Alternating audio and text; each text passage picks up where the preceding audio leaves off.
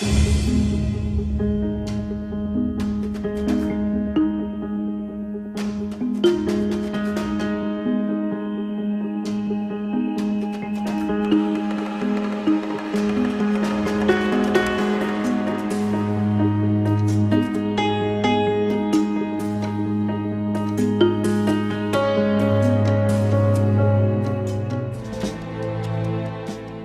diario de Ana Frank es un documento testimonial que integra los diarios personales de la escritora redactados entre el 12 de junio de 1942 y el 1 de agosto de 1944. En este manuscrito, Ana Frank relata su historia juvenil y los 2 años en que permaneció oculta de los nazis con su familia alemana de origen judío en Ámsterdam durante la Segunda Guerra Mundial hasta que fue descubierta. La escritora tenía 13 años y escribía con soltura de una experta y cuenta en su diario, al que llamó Kitty, la vida del grupo con quien estuvo escondida hasta que fueron delatados por unos vecinos mientras que vivían en la casa de atrás. El diario de Ana Frank animó a los jóvenes del mundo para tener su primera experiencia como lectores y en algunos casos la primera experiencia como escritores.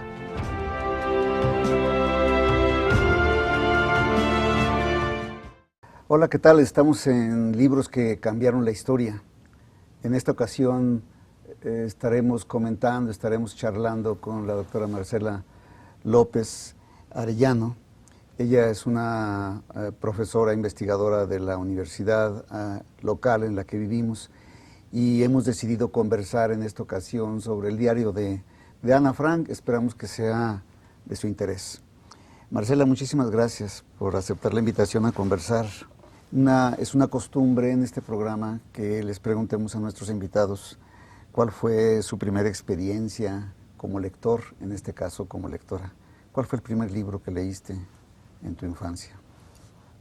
Fíjate que no recuerdo cuál fue el primer libro. Tal vez fueron los cuentos de una colección que se llamaba El Tesoro de la Juventud, que tenía mi abuela y que me gustaba mucho porque tenían como moraleja y les pasaban muchas cosas a los niños de los cuentos.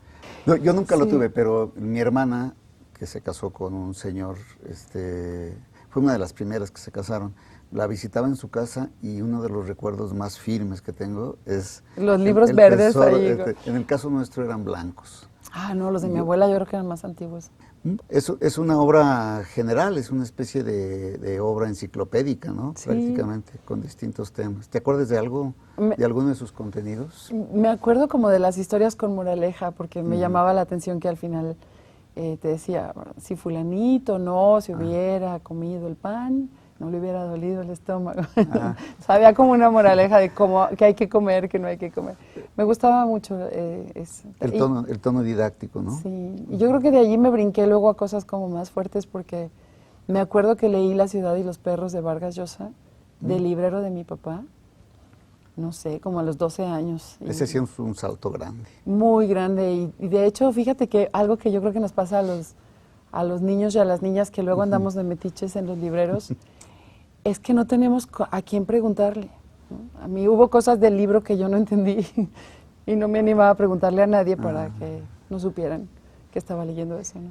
En mi casa había, además de la Biblia, claro está, sí, la Biblia. Estaba pocos libros. El otro que existía eran Las 1001 noches, que yo no sabía que eran 2, me enteré hasta que ya crecí, que eran 2 tomos, y me di cuenta que en el lomo, lo que quedaba del lomo, decía tomo 1 o tomo 2, no recuerdo.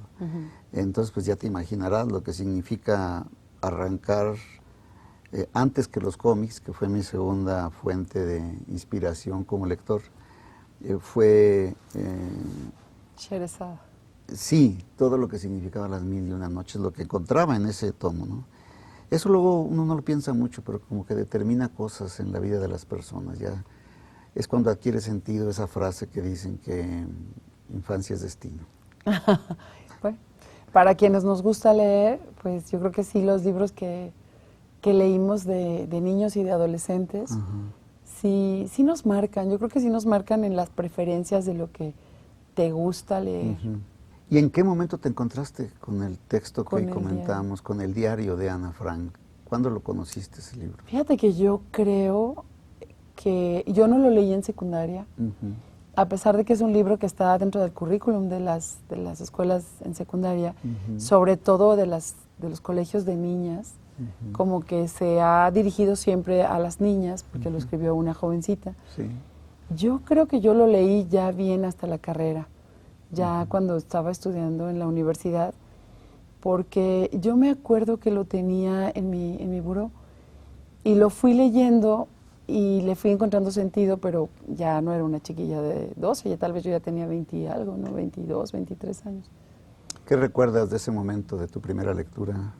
Yo creo que lo que más me llamó la atención del libro cuando lo leí, ya estaba estudiando, era cómo lo que ella contaba tenía que ver con la Segunda Guerra Mundial. Porque te tengo que confesar que la Segunda Guerra Mundial fue como mi gran tema de secundaria y prepa y hasta la carrera. Compraba no sé si te acuerdas de las colecciones aquellas que vendían en los puestos de revistas, Sí. que eran unos libros rojos así, gordos, que decía, la Primera Guerra Mundial, tomo 1. Y total que pasaban 3 años y ibas en el tomo 49 y en el tomo 200. Sí. Y me iba yo cada mes a comprarlo, claro, con el dinero de mi papá, y pues se quedó en casa de mi papá, pero fue mi enciclopedia. Me fascinó la Segunda Guerra, y eso fue a lo que me conectó el diario de Ana Frank. Algo tiene la Segunda Guerra. Fíjate que me acuerdo como de un dato. La universidad en la que trabajo siempre hace una encuesta para saber qué cursos de extensión habría que dar, y cuando se trataba de historia le preguntan a la gente ¿y cuál es el tema que más le gustaría a usted estudiar? Y el tema que más aparece es el de la Segunda Guerra Mundial. Bueno, el de la Primera y de la Segunda Guerra Mundial. O sea, ¿no? Desde entonces me provocó mucha curiosidad, porque el segundo lugar era sobre historia de Aguascalientes. Ahora que tú lo mencionabas, dices que lo que te llamó la atención fue, y seguramente también el hecho de que fuera una niña el que lo pensara y no un adulto, ¿no? Sí, yo creo que fuera una mujer joven la que estuviera escribiendo sobre lo que había pasado en la guerra me llamó mucho la atención. Cuando yo estaba estudiando la carrera a mediados de los años 80, Sí. había muchas series que estaban pasando en la tele, tal vez te acuerdes, que hablaban del Holocausto.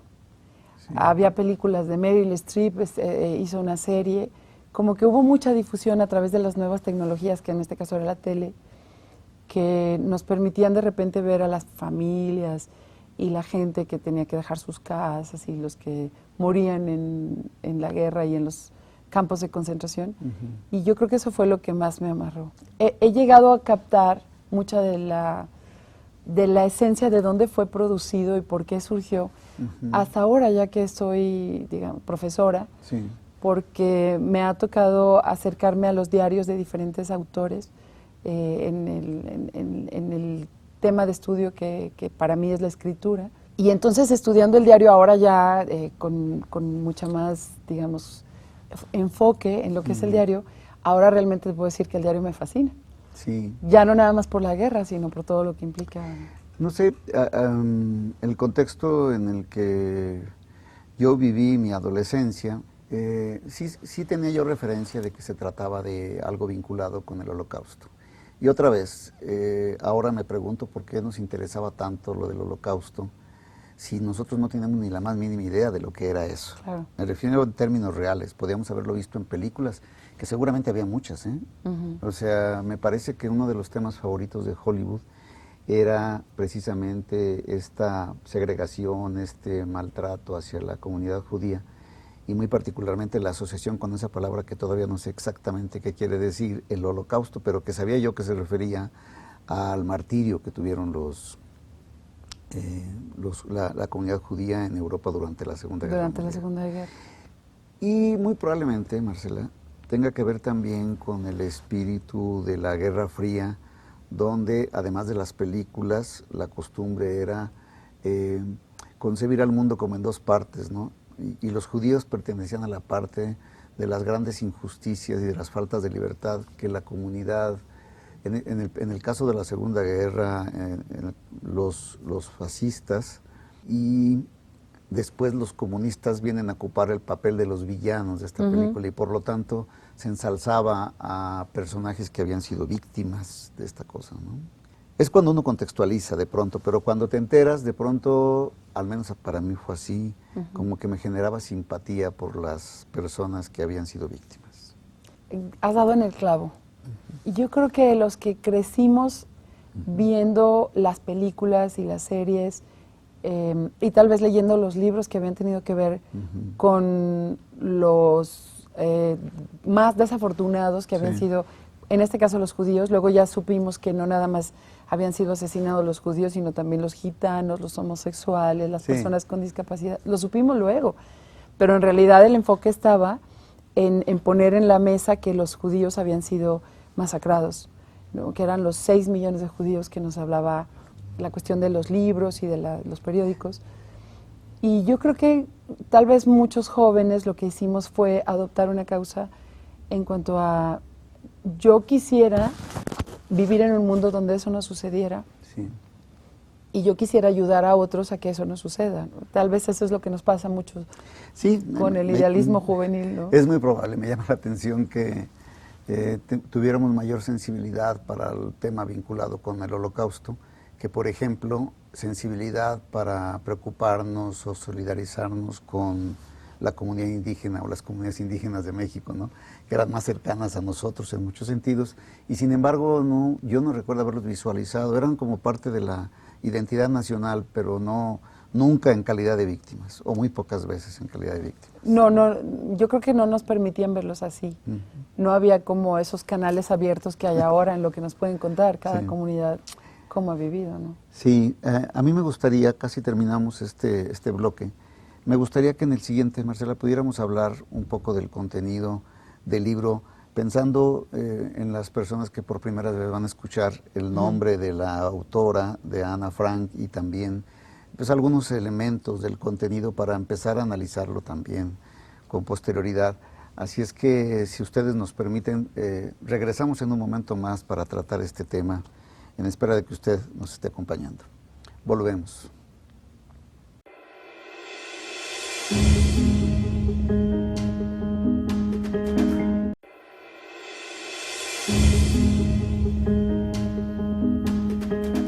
Regresamos, estamos hablando, o hemos empezado a hablar del diario de Ana Frank. Hemos tratado de conversar de manera introductoria un poco su gusto por la lectura. Luego no es una pregunta que nos hagamos, ¿no? O a veces por alguna razón particular lo hacemos, pero casi no es un tema recurrente. A mí me gustaría que hiciéramos un ejercicio, Marcela, una especie como de numeralia de lo que es el libro, ¿no? Se me ocurre decir algunas cosas y quizá tú me ayudes a complementarlas. Es un libro que se publicó, si recuerdo bien, en los años 40, creo que en 1947, ya me lo confirmarás. Se publica en holandés, y luego no sé en qué momento llega la primera edición en español para nosotros. Es un libro que está en formato de diario, por lo tanto casi todos sus encabezados están con fechas. Debo decir, para terminar esta primera intervención mía, que lo que más me sorprendió es que es el diario de una niña que, si entiendo bien, andaba entre los 14 o 15 años cuando lo escribe. Es el diario de una niña. Yo siempre pensé que Ana Frank era una filósofa, perdón mi ignorancia, porque pensé que era una filósofa porque se convirtió en referente de muchas mujeres de muchos tiempos, de muchos lugares. Entonces yo decía, ha de ser una filósofa. Ya fui comprendiendo un poco de qué se trata, pero no sé qué otro dato crees que sería importante que supieran las personas a propósito del contenido del libro. Fíjate que la historia del libro como tal es súper interesante, porque ella nació en 1929 en Alemania, en Frankfurt. Su papá era de allí, de Frankfurt, era de una familia que ya tenía arraigo en Frankfurt. El abuelo había sido banquero. Sí. Entonces era una familia acomodada. El papá, Otto Frank, él había estudiado en Estados Unidos, era una familia judía que no era muy religiosa la familia. Y la mamá se llamaba Edith Hollander, era de otra ciudad que se llamaba Aquisgrán, y era una familia judía mucho más religiosa, menos liberal, más tradicional. Entonces, Otto Frank ya tenía 36 años cuando se casó. Edith, la mamá, tenía, no sé, 10, 14 años, no te sé decir bien cuántos, pero era bastantes años menor que Otto.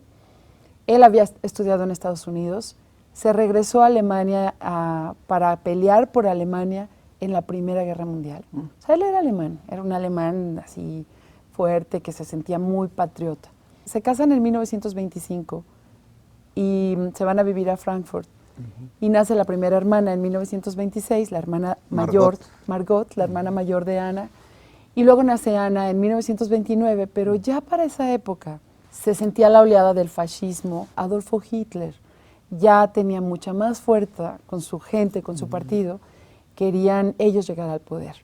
Y uno de los principales temas que tenía Adolfo Hitler, sobre todo con la cuestión de que habían perdido la Primera Guerra y ahora querían recuperar el orgullo alemán, era que los judíos habían tenido gran parte de la culpa del problema económico de Alemania.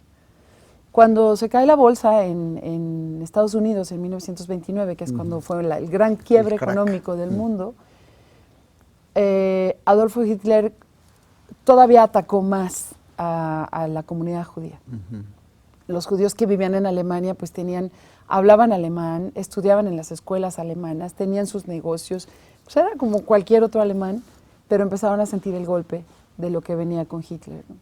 Hitler llega al poder en 1933, allí en Alemania, y Otto Frank decide que ya no puede más vivir en Alemania. Tiene a sus 2 niñas, su esposa, sus negocios van para abajo, ya les van quitando poco a poco sus propiedades, y decide mudarse a Ámsterdam, en Holanda, a mediados de los años 30. Sí. Decide que las niñas van a vivir en un país neutral, que aunque Hitler esté en el poder en Alemania, él estará en otro país. Entonces las 2 chiquitillas estudian, aprenden holandés, por eso el diario está escrito en holandés, aprenden la lengua, tienen amigos, muchas de las personas alemanas que se vinieron a Holanda son sus amigos. Sí. Y en 1939, cuando empieza la Segunda Guerra Mundial, ya Otto tenía desesperación. Él se quería ir a Estados Unidos o se quería ir a Suiza, donde vivía. Como de hecho fueron algunos de sus amigos. Muchísimos, ¿no?, de sus amigos se fueron, pero él ya no tenía el dinero. Vivían en una calle de Ámsterdam, cerca de una iglesia, en donde tenía él una fábrica de como tipo mermelada, se llamaba Opekta, y tenía gente que trabajaba con él, pero se empieza a preocupar porque se da cuenta que Hitler quiere anexarse los países, y entonces lo que hace Otto es que dice, yo creo que tenemos que buscar un escondite, y decide preparar el anexo, que era el edificio. Los edificios en la calle esa de Holanda son edificios muy angostos de frente, pero muy largos hacia atrás, que tienen 4 pisos. Sí. Y en la parte de atrás, que comunicaba una escalera, había como varios cuartitos. Y ya él para el 1940, que entran los alemanes, 40-41, entran los alemanes a Holanda, él ya había puesto ahí camas, había llevado conservas, un refugio.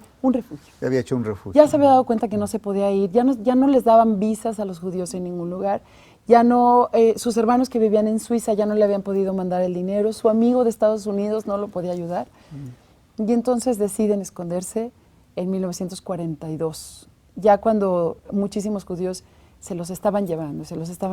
Cuando llega la carta para llevarse a la hermana mayor de Ana, que tenía 16, porque se llevaban a los jóvenes de 16 que a trabajar, pero ellos ya sabían que se los llevaban y no volvían. Sí. Deciden esconderse en el ático de su edificio, que era lo de la mermelada, de Opekta. Deciden esconderse y se van los 4, que eran el papá, la mamá y las 2 hermanas, unos días después del cumpleaños de Ana. Y en el cumpleaños de Ana, ella le había dicho a su papá que quería un diario que lo había visto en una papelería en la calle. Sí. Y entonces el papá le regala el diario a Ana, que es un cuaderno con una pasta de tela, empastado con tela con cuadros naranja y blanco. Y entonces deciden, el día que llega la carta para llevarse a la hermana, dice Otto Frank, al escondite. Se van todos ellos y se lleva a un amigo judío que también era el esposo, la esposa y el hijo, un muchacho de la edad de las niñas. Otra familia. Otra familia que no eran ni amigos, se esconden allí y luego una de las trabajadoras le pide que también esconda a un dentista, un hombre de 40 y pico años que también era judío. Entonces deciden vivir allí escondidos, esperando que los aliados ganen la guerra y que los alemanes se vayan de Holanda y los dejen vivir. Se pasaron allí 2 años. 2 años en los que ellos a través del radio estuvieron escuchando lo que sucedía, pero pudieron vivir allí porque la gente de trabajo de Otto, que eran holandeses y que eran gente muy fiel, les estuvo llevando comida, se escondían, durante el día trabajaba, les llevaban la comida, y entonces se hace una convivencia allí que conocemos a través del diario, porque Ana Frank, que escribía desde muy chiquita, empieza a escribir en su cuaderno, ese que le había dado su papá, empieza a escribir pequeñas cartas dirigidas a Kitty. Mucha gente ha analizado que quién era Kitty, si era su amiga. En realidad Kitty, porque luego ya lo vieron, era el personaje de una novelita para jovencitas que era muy popular en Holanda, que eran varias chiquillas que salían en la novela y a Kitty le fascinaba la novela. Entonces le dirige las cartas a Kitty y le empieza a contar ella para su intimidad, porque fue un diario que escondía y escondía. Cada vez que se le acercaban cerraba el diario y ponía, fulanita quiere ver el diario, no quiero. Y lo cerraba y lo escondía. Y el papá le prestó su portafolio y traía el diario guardado en el portafolio. Quiere decir que no fue un libro, perdón, no fue un diario pensando en que algún día lo quería publicar.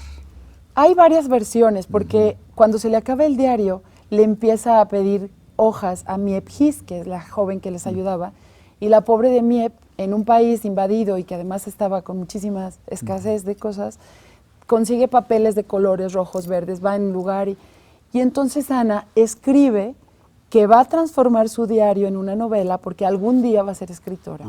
Entonces hay como una segunda versión en donde Ana va escribiendo lo mismo que había escrito en su diario original, lo va escribiendo. Y entonces empieza a escribir y lo que muchos diaristas no saben o no se dan cuenta es que cuando van escribiendo el diario van escribiendo también la vida de los demás. Sí. Cuando hubo un llamado en 1943 del gobierno de Holanda que le dice por radio, todos aquellos que tengan escritos, cartas, lo que sea de su experiencia en la guerra, queremos publicarlos. Queremos que se sepa lo que está viviendo la gente en Holanda. Todo el mundo le corrió a ver el diario de Ana. Ana, tú ahí has puesto cosas íntimas de nosotros, deberías de destruirlo.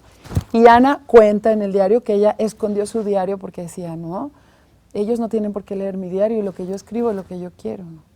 Entonces es todo lo que nos va contando Ana en su diario y se los recomiendo mucho. Busquen ese diario. Nos va contando el día a día y hay muchos ejes que son muy interesantes. Nos cuenta, por ejemplo, de ella y que está creciendo y que se enamora del joven de la otra familia, que lo hemos visto a veces. Hay una película de Ana Frank en donde se dan un beso. Ella cuenta en su diario ese primer beso. Ella también empieza a contar qué comen, porque Miep His cada vez tiene más complicación para encontrarles carne. Llega un momento en el que ya no comen carne. Comen solamente verduras y verduras tal vez ya de segunda mano porque no hay comida en los mercados para la gente holandesa. Pues la pobre de Miep tiene que conseguir como sea. Luego va contando Ana lo que escuchan en el radio, las noticias de Inglaterra pensando que ya se va a acabar la guerra, se emocionan y luego se entristecen. Va contando sus enojos con su madre porque tiene 14 años. Obvio que a su mamá no la quiere, como todas las adolescentes pasamos nuestra crisis. Y entonces es un diario que se puede leer como en distintas sintonías, ¿no? Como en el contexto de la guerra, en el contexto de la jovencita, en la relación de los adultos alrededor de ella. Y también cuenta los bombardeos, el horror, y cuenta su identidad como judía, preguntándose siempre, ¿por qué Hitler no nos quiere? ¿Qué le hicimos? ¿Por qué a los judíos? Sí, bueno, nuevamente terminamos este bloque. Yo creo que nos da todavía para seguir comentando sobre el contenido en el siguiente. Así es que pues yo te invito a ti, invito a las personas que nos están viendo y nos están escuchando, que tengan un poco de paciencia y volvemos en el siguiente bloque para seguir hablando del contenido. Yo tengo algunas cosas que ahorita se me ocurrieron de lo que comentaste. Volvemos en un momento más.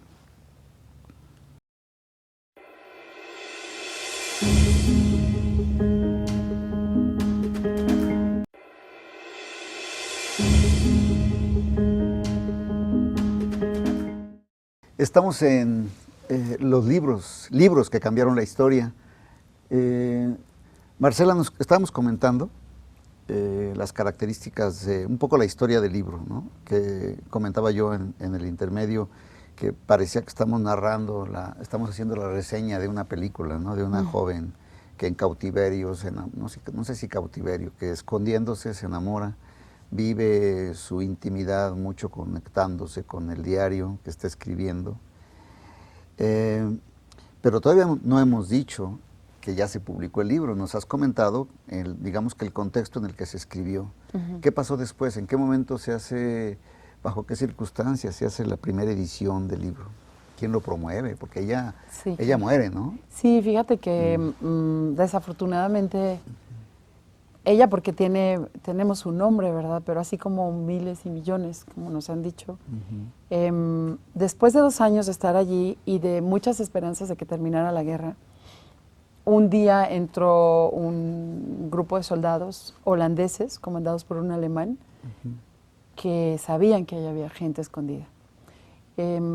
Hay muchas teorías, hay quien dice que uno de los que les servían, que les llevaban la comida, los denunció, que a alguien le pagaron, que había un vecino que se daba cuenta que la luz siempre estaba prendida en las noches allá en la parte de atrás, y que entonces no se sabe bien cómo, pero llegó esta persona, se metió hasta el ático, hasta atrás, que estaba cerrado con una puerta y un librero, y pues le dijo a Otto, ¿verdad? A ver, sus cosas, y entonces se dio cuenta que Otto tenía el uniforme de que había peleado para su patria, y parece que lo trató con un poco de más respeto, pero de todas maneras se los llevó.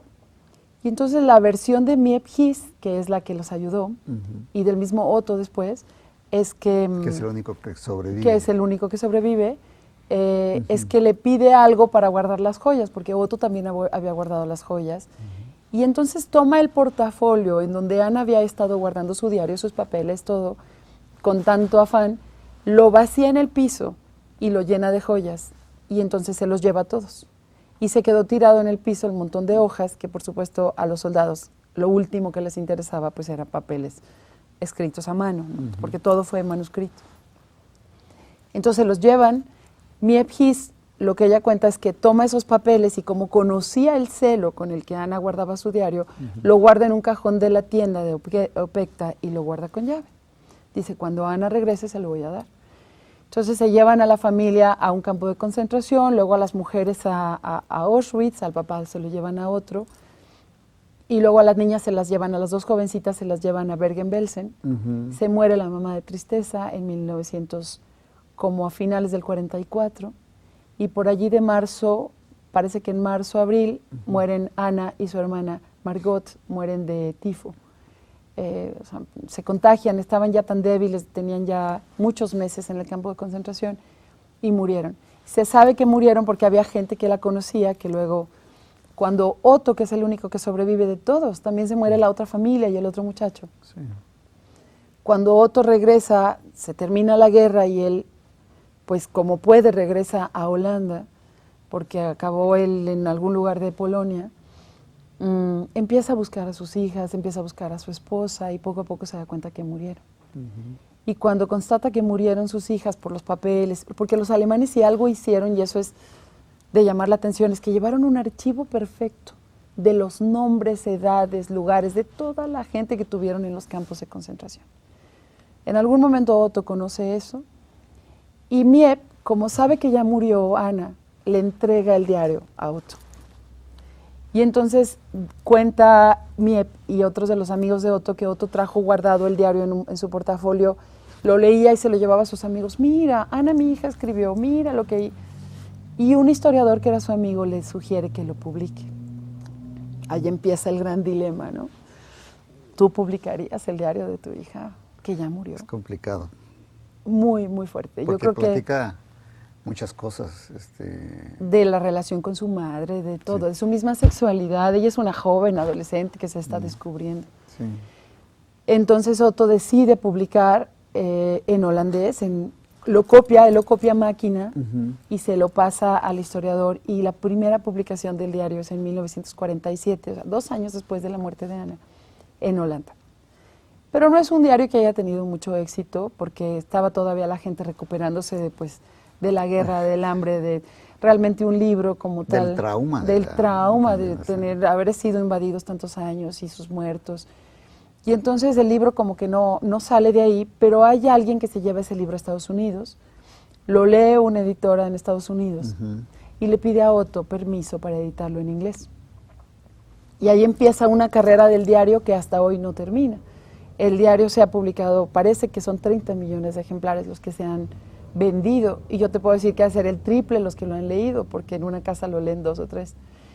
Y entonces en Estados Unidos lo publican en inglés, en 1952, le hace un prólogo la viuda del presidente Roosevelt, y las jóvenes en Estados Unidos se fascinan con el diario de Ana Frank.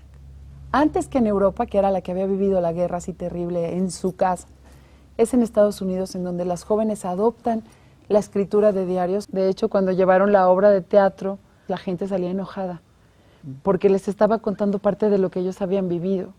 Tal vez no escondidos 2 años, pero sí habían vivido pues la carestía, habían vivido los bombardeos, habían tenido que huir. Entonces es un diario que, a pesar de que parece algo tan sencillo como el escrito de una jovencita, porque ella empezó a los 13 y acabó a los 15. Sí. Ella muere a los 15, 16 años en el campo de concentración. Sin embargo, lo que escribe Ana Frank, como conecta como a muchos niveles de lectura, el contexto, la vida íntima, las relaciones de familia, muchas cosas que conectan a distintos lectores. Hoy en día, en cualquier lista de libros más leídos en la historia de la humanidad, aparece el diario de Ana Frank. Sí, estaba viendo yo un dato de esos que vienen en las consultas electrónicas. Tú mencionaste hace rato, 30 millones hasta el momento en que yo lo leí. Es probable que se siga reeditando. Y además, me pareció una exageración, pero habla de 70 idiomas. No sé si tenemos 70 idiomas en el mundo, pero si es cierto el dato, es impresionante. Yo diría que ya con 30 idiomas ya es como para notar que es un libro que ha despertado un gran interés para mucha gente, para culturas y civilizaciones totalmente distintas, y sin embargo encontramos por ahí un denominador común, ¿no? Asociada con el gusto por este libro. Sí, seguramente también cuenta esto que comentábamos, ¿no? Del contexto, y más en los Estados Unidos, donde Hollywood se encargó de darle y de vestir. Exacto, Hollywood se encargó de hacerlo verdaderamente famoso. Es como cuando nos pintan al Zapata y al Villa, que no es para consumo de los mexicanos, es para consumo del mundo, y entonces salen un Villa y un Zapata que nosotros como que no los identificamos muy bien, ¿no? Bien, pues en la parte del contenido me llamó mucho la atención. Yo cuando lo iba leyendo, no lo he leído completo, pero las partes que leía, yo iba sacando, Marcela, cosas que me llamaban la atención. Por ejemplo, tiene que ver mucho con la lectura. El afán por la lectura es un elemento que se nota inmediatamente, porque le regalan libros, seguramente porque le gusta la lectura.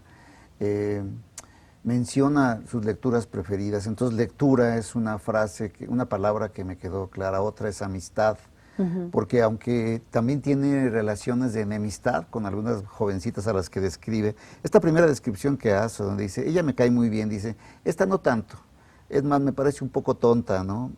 Estas expresiones que de pronto me recuerdan a cosas que dice mi hija de sus relaciones con sus amigas. Y luego viene también, tú lo mencionabas, su concepción del cortejo, ¿no? De cómo era en ese lugar y de cómo ella va aceptando a algunos y a otros los va rechazando. A uno los rechaza con suavidad o con algunas dramas, como dejar caer sus libros para cambiar de tema, o inclusive a algunos se les dice categóricamente, sabes que tú no eres de aquí, así es que a otra cosa. Está el amor, entonces. Y luego otra que parece ser una de las cosas que más seducen es la prohibición. A mí, cuando hace su relación de las cosas que se prohíben, dice, los judíos teníamos prohibido andar en bicicleta. En bicicleta, no podíamos andar tampoco en el tranvía, teníamos prohibido entrar. Ir a las escuelas, lo sacaron de las escuelas. Lo sacaron de las escuelas, teníamos prohibido, creo que lo único que permitían subirse de transporte era el transbordador, pero todo demás era todo era prohibición. Es que fíjate que al principio del diario de Ana Frank, y eso es muy interesante, ellos creen que van a estar escondidos tal vez un mes, unas semanas en lo que se resuelve la guerra. Y entonces Ana Frank al principio lo que le escribe a su diario, que primero lo escribe estando en libertad en su casa y luego ya lo escribe dentro del cautiverio, su diario, que como lo dice la palabra, es un escrito que escribes ese día y pones una fecha, como tú dijiste. Sí. Si ustedes que nos están ahorita viendo empezaran su diario y escriban hoy, el día de hoy, tal fecha, hoy en la mañana me levanté, me comí mi cereal y vi a mi mamá y me fui a la clase. Si ustedes dentro de un año abren ese cuaderno y ven lo que escribieron, se van a sorprender. Porque la memoria de cada día nos da para ese día. Pero dentro de 4 días ya no me acuerdo qué comí el jueves, qué comí. Y el diario eso es lo que permite, como una revisión propia de lo que sucede en los días. Entonces Ana Frank, cuando empieza a escribir su diario, está escribiendo su vida afuera del cautiverio, está escribiendo sus amigas, los chicos que la pretenden, que todo. Cuando ya están en cautiverio, todavía escribe las cosas que sucedían en su mundo de afuera, y poco a poco el diario se va convirtiendo en un relato del día, de lo que sintió en la mañana, del miedo de la madrugada. Una vez se metieron unos rateros, porque parecía que estaba solo, y se apanicaron todos y se quedaron en silencio durante horas, no podían ni siquiera, por ejemplo, la palanca del baño, solo la podían jalar durante el día, cuando hubiera gente en el edificio, para que los vecinos no escucharan. Y entonces todo estaba medido por horarios y todo, pero cuando se meten estos rateros que no logran dar con el ático, afortunadamente, ella se queda con tanto miedo que al día siguiente escribe todo el miedo que sintió de que los pudieran haber atrapado, denunciado y los hubieran llevado al campo, a los campos de concentración, que por el radio ya sabían que había campos para judíos. Entonces ella va contando poco a poco. Otro concepto más, ¿verdad? No sé si concepto, otra palabra más clave, la del miedo. El miedo es impresionante. Yo una cosa que me llamó mucho la atención fue el miedo y la comida, porque casi siempre los diaristas eligen los temas que quieren contar. No hay quien cuente el amor, hay quien cuenta la decepción, hay quien cuenta, no sé, el cuerpo, hay quien cuenta cómo me siento, me duele. Y ella cuenta el miedo, las noches de los bombardeos o cuando pasaban los aviones ingleses por encima de Ámsterdam que iban camino a Alemania. Ella cuenta, me fui a dormir a la cama de mi papá, ya no puedo más, me quiero morir, ya no puedo con el miedo. Y el miedo atraviesa todo el diario. Bien. Y la comida. Pues yo te invito a que vamos ya a la cuarta parte y última de nuestra conversación. Vamos a ver, a tratar de recapitular algunas cosas para no dejar tantos cabos sueltos. Claro. Te invito a eso. Regresamos en un momento más.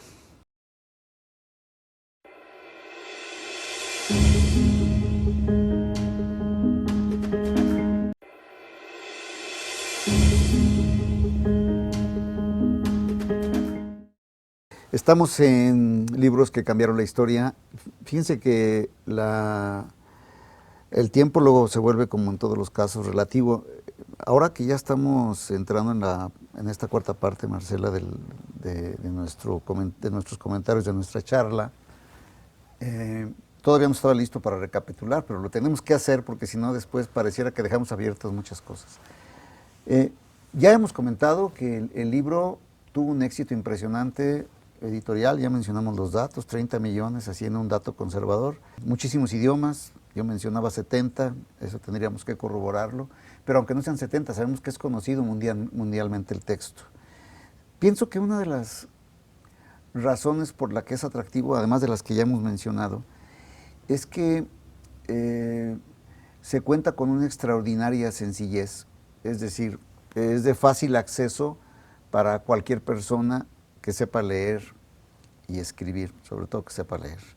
Eso lo noté, se lee, cuando lo lees con mucha fluidez, con mucha sencillez, no entras en recovecos. Luego te das cuenta que hay cosas que no son tan sencillas, pero en general el relato es muy, muy accesible, diríamos hoy, si estuviéramos hablando de computadoras, es muy amable, ¿no? Sí. Ese es quizá otro de los factores que atraen.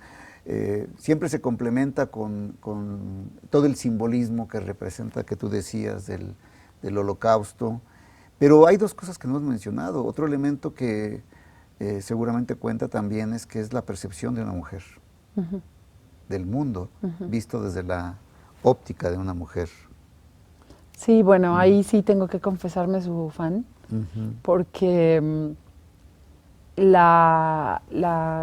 su escritura está muy enraizada en como en una feminidad que estaba latente, estaba ella aprendiendo lo que era ser mujer en el mundo en el que vivía, y su escritura ahí florece, pues, esa búsqueda de sí misma como mujer. Te comentaba, creo, antes que este diario ha sido objeto de miles de estudios. Lo han estudiado estudiosas de historia de mujeres, de historia de género, de historia de la escritura, de psicología, de filosofía, de historia de la Segunda Guerra, porque este libro, escrito desde la voz de una joven adolescente que está descubriendo que vive en un mundo que tiene reglas, que le dice que las mujeres tienen que hacer ciertas cosas y los hombres otras, y lo pone en el papel, que le dice que ella no puede coquetearle de más al joven que vive ahí con ellos escondido, porque entonces ella estaría haciendo una facilita, porque su mamá y ella se enojan. Es decir, nos está mostrando también cómo se construyen estos límites entre los niños y las niñas, los jóvenes y las jovencitas, dentro de cualquier espacio. Ese era un espacio muy cerrado, pero se da ese como descubrir que es mujer, ¿verdad? Sí, y quizá, no sé si ya lo habíamos dicho como parte del programa o si lo dijimos en uno de los intermedios, también se antoja mucho ver que la escritura, la vida de Ana Frank puede ser leída con mucha facilidad como si fuera contemporánea. Claro. Y como si fuera de cualquier lugar es decir, podría ser mexicana también, digo, con excepción de la guerra. Te digo que con mis alumnos judío, hicimos una comparación de cómo estaría viviendo una joven de 13 años en Tamaulipas, en Ciudad Reynosa, una semana de balacera que vivieron hace unos meses, que nos decían que, bueno, yo tengo una persona que vive allá que me contaba que toda la semana hubo balaceras y la gente estuvo escondida en sus casas. Y yo les preguntaba, ¿ustedes creen que una joven de 13 años no escribiría el miedo que escribió Ana Frank, estando bajo una situación de presión y de temor? Por eso conecta Ana Frank, porque nos puede conectar a los que no estamos viviendo afortunadamente una guerra como esa, nos puede conectar desde otros puntos, pero también nos enseña que la escritura nos muestra las vidas, pero también nos muestra lo que sucede alrededor. En el entorno. En el entorno. Sí, yo mencionaba hace un momento que lo que se refiere a la forma de interpretar o de describir a sus amigas y a sus amigos podría ser perfectamente contemporáneo, que puede suceder en cualquier lugar del mundo, casi en cualquier época, no en todas, pero sí en muchas épocas. Podría ser también su interpretación sobre lo que significa el enfrentamiento con el romance o con el cortejo, e inclusive la relación que lleva con los padres, ¿no? Que las familias existen prácticamente en todo el mundo, y entonces esta relación, yo no le llamaría de odio-amor, pero no tengo ahorita otra expresión, ¿no? Que tenemos con los padres a los que amamos y que... Pero cuando tienes 14 años, pues es un poco así. Sí, porque también están en la época los padres de que con la excusa o con una razón válida de la educación, te ponen límites, y entonces eso a veces no te gusta. Fíjate que esa es una magia del diario de Ana Frank. Los estudiosos de diarios hablan de que muchas veces los diarios son aburridos porque cuentan lo mismo todos los días. Sí. El diario de Ana Frank ha sido analizado desde el punto de vista literario, y hay quienes están totalmente convencidos de que el genio literario de Ana Frank se manifiesta desde la primera línea hasta el final. Cuando era diario, o cuando ella lo va transformando en la segunda parte que decide que es como la novela de lo que quería ella publicar, es su escritura la que nos lleva. No es cualquier diario, es el de ella, ¿verdad? No, tengo la impresión de que tiene un gran contenido de drama, que lo hace muy atractivo, ¿no? Porque cuando digo drama no me refiero a la expresión peyorativa de no. Me refiero a que... ¿Cómo lo narra? Lo narra con distintas... traduce en palabras sus emociones, pues a veces tú te vuelves frío en la escritura y no no dices, por ejemplo, una exhalación es muy difícil que aparezca en un texto, a menos que sea una novela, Claro. pero en un texto donde estás haciendo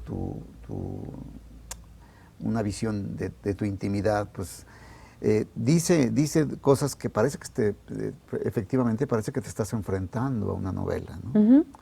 A eso me refiero, están dramatizados, te imaginas el parloteo, porque me llamó mucho la atención que le decían que ella hablaba mucho, esta relación que tiene con el profesor, ¿no? Que la obliga a que escriba, escriba, a partir de su tarea va a ser ahora que escriba Niña Parlanchina, va a ser su tema, ¿no? Entonces ella feliz porque dice, no podría ser nunca de otra manera, hasta que la acepta, ¿no?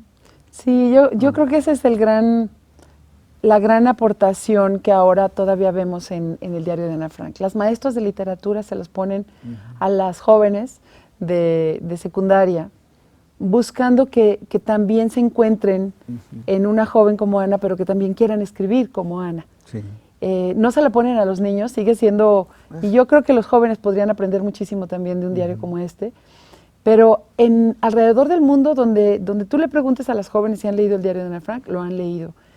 Y además se han creado ahora muy recientemente varios museos. Hay un museo en Ámsterdam enorme que hace como una representación con cristales y con luces de lo que era el ático. Hay una obra de teatro nueva que ha tenido un éxito enorme. Está el museo de Ana Frank, que es la casa donde vivieron, el ático. El papá lo convirtió en museo. Y la gente hace filas hasta de 4 o 5 horas para entrar a ver en dónde estuvo encerrada Ana Frank y para ver el diario original, lo tienen ahí bajo unos cristales. Sí. Lo que nos damos cuenta es que es un diario que como cuenta lo de adentro de una persona. De una mujer. Y de una mujer. Judía. En la guerra. En un contexto de siglo XX que sigue siendo terrible, que es la persecución, la huida, la migración, la guerra. Sigue siendo un libro que apela a distintas personas. Sí. En distintos países. Algo pasa, por ejemplo, me refiero a propósito de la perspectiva de género y lo pienso como lector. Si fuera niño, pues hay como más cercanía con Harry Potter porque es un varón, claro, que si fuera una mujer. Seguramente si hay un camino más corto entre el gusto de una mujer por el diario de Ana Frank que el gusto de un hombre. Pero tienes razón, yo comparto esa idea. Dice, yo, por ejemplo, entré a leerlo y no me acordé, no pensé, no, yo soy hombre, a mí no me toca, ¿no? Hay muchas fuentes de seducción, no solamente las que corresponden a lo que una mujer puede sentir en esas edades. Tal vez nos corresponde a nosotros los adultos acercárselos también a los jóvenes. Sí, quitarle un poco la etiqueta para niñas. La etiqueta es para niñas y entonces ya ni siquiera haces el esfuerzo por abrirlo y por hojearlo, porque si lo haces te aseguro que te atrapa, ¿no? Yo pienso que va mucho más allá de lectura juvenil, como está calificada en las librerías. Sí. Lectura juvenil y te llevan al diario de Ana Frank. Yo creo que cualquier adulto de cualquier edad se va a encontrar con un libro que le va a contar, aparte es muy pequeño, no es tanto, sí. Que le va a contar mucho más de lo que se espera encontrar. Seguramente que si no hubiese sido un libro famoso, mucha gente ni siquiera lo intentaría, pero la actualidad de este libro es tan grande que hoy acabo de ir a la feria del libro de mi ciudad y no batallé para encontrarlo. Ahí estaba. Ahí estaba, y es una edición de este año, de una edición mexicana.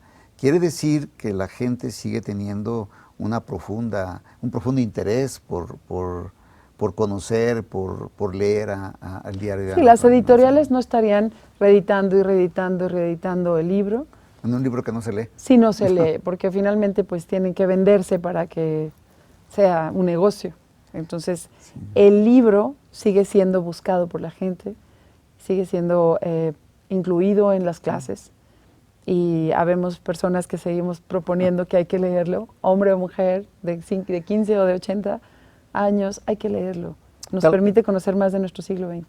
Tal vez, Marcela, esperabas que yo te hiciera alguna pregunta específica o a lo mejor algo que tú quisieras agregar. Estamos terminando ya nuestra conversación. No sé si se nos quedó algo en el tintero que no se me ocurrió comentar contigo, pero que a lo mejor tú lo tenías contemplado, algo que quisieras agregar del diario de Ana Frank y que a lo mejor no comentamos.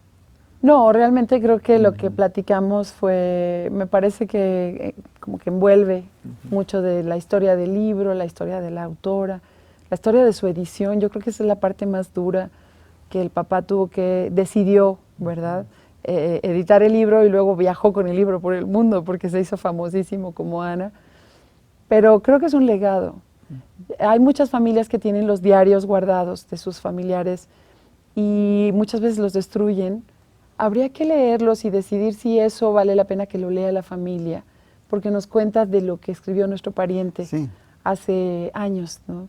Entonces, sí hay personas mexicanas que han escrito diarios, se pensaba que no, pero nos hemos encontrado muchos diarios de personas que los escriben y los esconden, porque a veces hay cosas íntimas allí que uno no quisiera que se sepa. Sí. Pero si usted tiene un diario en sus manos y cree que vale la pena que lo lean sus hijos, de su bisabuelo, habría que leerlo con cuidado, no los tire. Son testimonios de vida, son testimonios de los días, ¿no? El caso de ella es excepcional porque se publicó y su momento histórico hizo que brillara durante muchas décadas y sigue brillando. Pero habría que valorar la escritura de nuestra gente, Sí. de nuestras familias.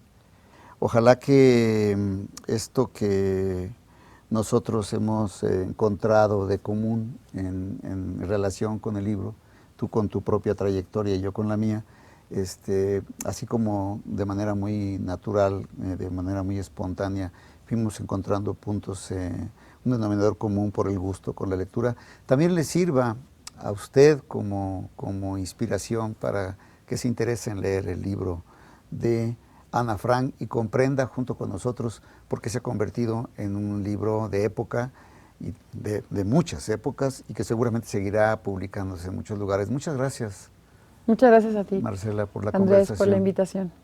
Gracias a ustedes también por escucharnos y vernos, y nos vemos en la próxima. Hasta pronto.